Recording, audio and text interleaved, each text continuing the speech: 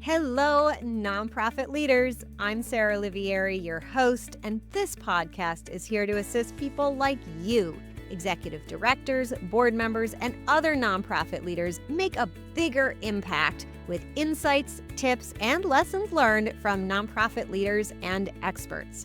Having been an executive director, a board member, and now a consultant and coach, I truly understand the challenges you face. And that's why I'm here. I'm all about working smarter, not harder, so you can make a bigger impact without the burnout. And so is our sponsor, DonorBox. DonorBox isn't just a suite of helpful fundraising tools, it's a partner that helps you raise more money and supports you in retaining your donors. I love their forward-thinking approach. Visit donorbox.org to learn more. And don't forget to sign up for the Inspired Nonprofit Leadership newsletter, where you'll get bite-sized, actionable tips just for nonprofit leaders like you, delivered weekly to your inbox. Sign up at inspirednonprofitleadership.com/sign up. Okay, let's dive into today's episode. We're going to be talking about having too many projects, not having enough progress, and how to stop. If you are feeling overwhelmed, if you are feeling overworked, if you and your team, this goes for your team too, are feeling like you're not making the progress that you could be, today is for you. And I see this with so many organizations. Yes, many organizations are under-resourced and understaffed. But in addition to that, a lot of organizations and leaders they are overloading their plates. And while it's nice to give the advice to you just have to say no to more things, that's kind of easier said than done, right? So today I want to kind of dive into exactly why overcommitting actually slows you down. So saying, yes, I'm just going to push harder, I'm going to get all these things done, actually causes you to do less, how it actually drains your resources, and ultimately leaves your important work unfinished and keeps you in this kind of vicious cycle of having even fewer resources, even less money, and then being even more strapped for time. Okay, so here's the thing. When we take on multiple projects, when we have a to-do list of all sorts of different kinds of things related to different projects, we end up burned out and our progress is stalled. And there's a couple of reasons why. One is context switching. You can absolutely Google that, but basically it's a simple concept that when I'm doing one thing and then I have to switch gears to do something else, it takes our brains and our body some time to shift from one activity to another. So for example, I had an unexpected errand with my son this morning. But the process of coming home from that, getting out of the car, I couldn't just jump instantly on my computer. I needed a moment to regroup. I got myself a cup of coffee, right? I had to kind of orient myself. What am I doing now, right? So switching from one thing to another. That could have been from a meeting with my team to this live broadcast, or a run to the bank, and then working on copywriting, right? So switching things, or it could be as simple as checking my email to having a conversation with a client or a colleague. So every time we switch, it takes time to switch. And what happens is basically if we're switching between 3 to 5 things in a day, we're actually losing a really large percentage of our day to switching. And it can become so bad that you're actually spending more time switching than doing. So that is why we really want to kind of block our time and focus on one thing, try to get really into a flow state and get a lot done on it before adding something else to our plate, because we reduce context switching. So here's something else that happens. So the context switching slows us down and we actually spend less time working on our projects. Then what happens? Then we start, this whole mental game begins, right? We start beating ourselves up. I'm not making the progress I expected. I'm not getting enough done. I've got too much to do. And having too much to do creates anxiety, and oftentimes in that anxious kind of panic response, right? What are those panic responses? Fight, flight, fight, freeze, and fawn. So oftentimes what happens is we freeze, right? And so we spend a lot of time feeling anxious, and now we're spending even less time getting done. So first the context switching ate up our time, and now the anxious freeze is eating up our time. Does that resonate for you? I want you to just think about that for a moment. See if that resonates, right? Have you ever spent time? Have you ever thought to yourself, wow, like I'm spending a lot of time even just feeling anxious and I can't even get started? All right. So, and this happens to you and it happens to your whole team as well. And as the leader, it's really important to lead by example. So, what do we do instead? And, there's this phrase you might, and it's so true, right? Slow is smooth and smooth is fast.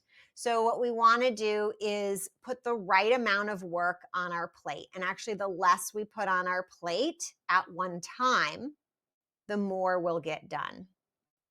It's because we're not context switching and we're not feeling overwhelmed. So, in a really short roundup, I'll tell you what we do in the impact method, which I created and I teach. And I built this method of how to really prioritize the right projects and not overload your plate into part of the impact method. So, what we do is we clarify, set, update our strategic goals every 2 months in what we call a cycle renewal meeting. It's a strategic meeting with the leadership team. And then from there, we pick the goals that we're actively working on and we break down the projects that we're going to do in the next 2 months towards achieving those goals. And then we use what's called a Kanban style organizational system. So it just means we're going to put our projects into columns. So we're in each project, we use a digital tool called ZenKit is the one I like, but there are other ones who do this. So, but you can do it on a board. So if it was a board, each box, each project gets a sticky note. And so we have the things that we're planning to do over the next 2 months. And we break those projects into things that can be completed within 2 weeks. And I'm going to touch back on that in just a moment. So we have the projects that we're planning to do in the next 2 months. And then from that list, we say, okay, which projects are we going to focus on first in the next 2 weeks? Which of these 2-week projects are we going to tackle first? And so we move those into the we're in progress column. And then we have this just very visual rule. I don't want any team to have more than 3 projects at once. And if you're kind of like a team of one or you have a very small team, except for projects that are like really teeny and require very little work, mostly I want you to have just 1 or 2 projects max. So you just watch that column and you start to call yourself out. The team starts to call out BS, right? We are not superhuman. We're not going to get 5 projects done in 2 weeks. So we call each other out, we pick those projects, we put them in progress, we work on just those projects. And here's where it gets easier to say no. Somebody comes to you with a shiny object or something they'd like you to do and say, that's great. When we come back and review our projects in 2 weeks, I'll see if I can work that in, right? If we're definitely planning to do that. Or that's a great idea. I'm going to put that on the list to consider next time we do strategic planning, which is always less than 2 months away. We're going to see if that fits for meeting our priority goals right now. So the thing that this does in helping you say no is you can say yes, right? You can say, yes, I want to consider that. Yes, we're going to consider that. Not we're going to do it, and we're not going to jump to doing it right away because we know we have our projects for the next 2 weeks laid out and we know exactly when. So you can tell somebody, yes, when we come to our next project, planning meeting. In the impact method, we call it a sprint renewal. They happen every 2 weeks. We'll consider it. We'll see if it fits in now or if there's a better time to do it. Or if it's more strategy related, at our next strategy session, we're going to consider it. We're going to see how it fits into the big picture. So instead of trying to tell you, you need to say no, I'm going to give you a way that you can actually say yes without these new things actually landing on your plate now and giving them the right attention in the context of the bigger picture where you need to be giving them attention about whether or not and how many resources you're going to give to these kind of projects that are coming in from the outside world to you. The other thing that I really see my clients learning when we switch to this is they start to really understand what can be done in 2 weeks by their team. And it is 100% of the time the case that new clients think they can get more done than they can. And so they actually start reducing the size of their projects. And then once they've reduced what can be done in 2 weeks to the real amount, now they're not trying to context switch. Now they're not overwhelmed. And all of a sudden you see projects moving out of in progress to the third column, which is done, very quickly. And all of a sudden we get flow of things getting done with so less on our plate at any one time and more flow from we're planning to do it into in progress and then done. And that is the magic of how doing less actually gets you more to completion. I love talking about this topic. If you're like, yeah, I want to learn that impact method system, Sarah, if you'd like to consider working with me, either in my group program, the Thrive program, or one-on-one, you can do so by going to pivotground.com/application. It's really short. Just tell me a little bit about your organization, your situation. I review it manually, and you'll have a chance to have a call, and we can go through in much more detail where you're at and what the solutions are and if they are right for you. Until next time, I wish you all the best. You've been listening to Inspired Nonprofit Leadership. Thanks so much for tuning in. Be sure to subscribe so you don't miss a single episode or the bonus episodes. And while you're at it, please leave a rating and review and be sure to share with your friends and colleagues. Tune in every week for more useful insights and wisdom on nonprofit leadership. Thanks so much for all you do for the communities you serve. Until next time, all the best.